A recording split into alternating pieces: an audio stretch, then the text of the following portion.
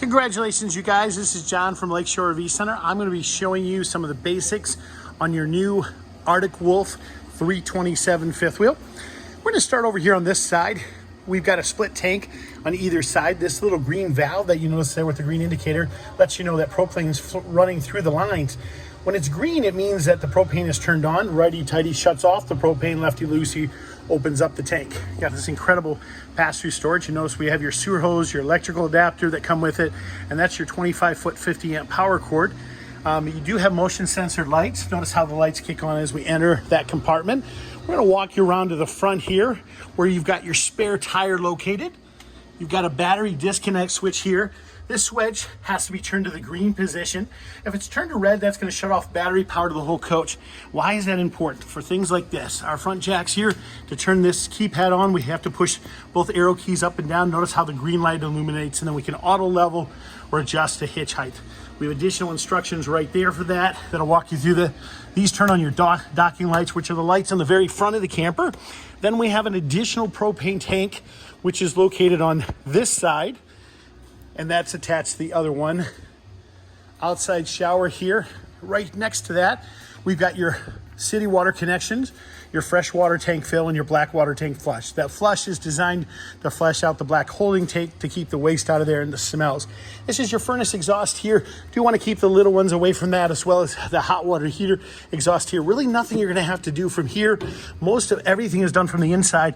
We did pull the plug here because we've winterized the camper for you. That means there's no hot water or water in this tank. So the advantage of that is it's not going to freeze and crack on you. I'm going to lock that back up. Underneath here, we've got your valves. You've got a 3-inch valve here, which is your waste, and an 1.5 inches, which is your galley tank. Galley tank's to the right, waste is to your left. Underneath here, we've got low points. These low points are simply for the fresh water lines. So when you're draining the water lines to winterize the camper, that's what you use those for. On your tires, good idea to check the lug nuts every 250 miles or so, just to make sure they haven't loosened up over a period of time. We're gonna walk you back and around this camper, show you a couple additional things. Back here is where we hook up your 50 amp power cord. We do give you the electrical adapters. It does come with the 25 foot, which was in that compartment that you saw. This is your travel rack. All you simply have to do is pull these pins to allow the rack to swing down into a horizontal position when you reinsert those pins. That'll keep that in place. Don't forget, you do have a nice little backup camera here, which you can load up to your phone to operate that backup camera. We're gonna walk you around the rest of this camper, and then we'll walk you to inside. There is a quick connect LP gas connection located right down below there that you can hook up a exterior stove to. Let's walk you to inside of this camper, and we'll show you some of the additional basics on there. Wonderful outside camp kitchen, which is illuminated over there. We're walking you inside this camper. We're gonna walk you up and show you the docking station here first, or not docking station, the control center. It's motion activated. Notice how the keyboard comes on when I flash my hand in front of it. This is our in-command center. This turns on everything from our lights.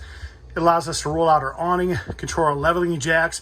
This can all be controlled from here. A lot of the basic controls are also additionally here to turn on interior lights.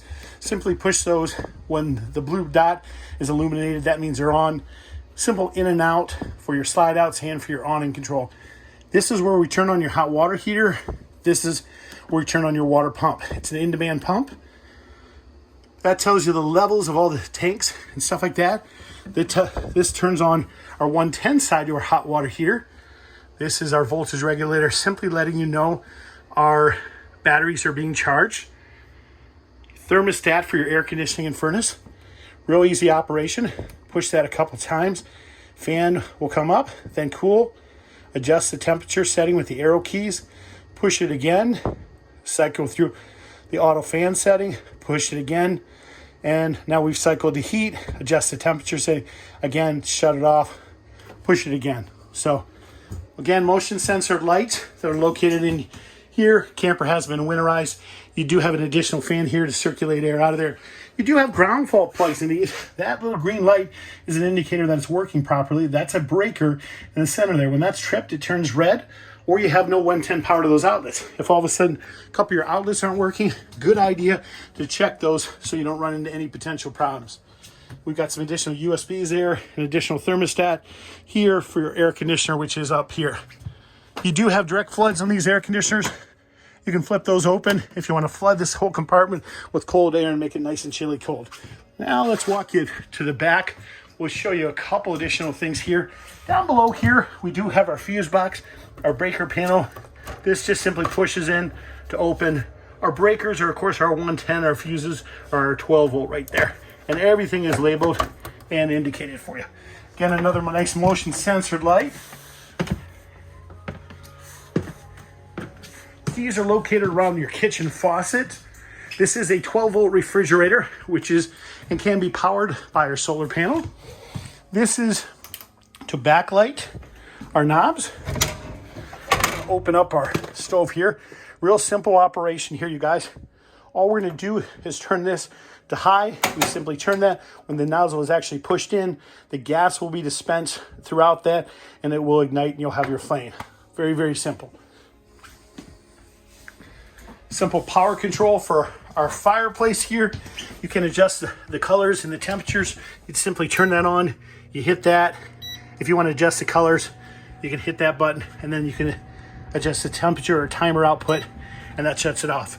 5200 BTUs. It does put out some heat. Little green button in here. You do want to make sure that's on. If that's not on, you will not have the power for your power booster for your TV antenna. Again, that's how you shut it off. Very, very simple. Stereo below, pretty self-explanatory there. You do have vibration controls, a light control for your around your cup for your recliners. So vibration, heat, massage. Real simple to shut those down. You guys, I hope you enjoy your new RV. These are some amazing blinds I have. You simply take these blinds, push them up in the center, and they'll gently slide up. If any of the lights don't have a switch on the wall, there's typically a button in the center of the light that all you have to do is push. We do appreciate your business. We thank you again for buying from Lakeshore RV Center. If you do have additional questions, my name is John Subchuck from Lakeshore RV Center. You can reach me on my cell phone at 231-740-6225. Thank you and have a great day.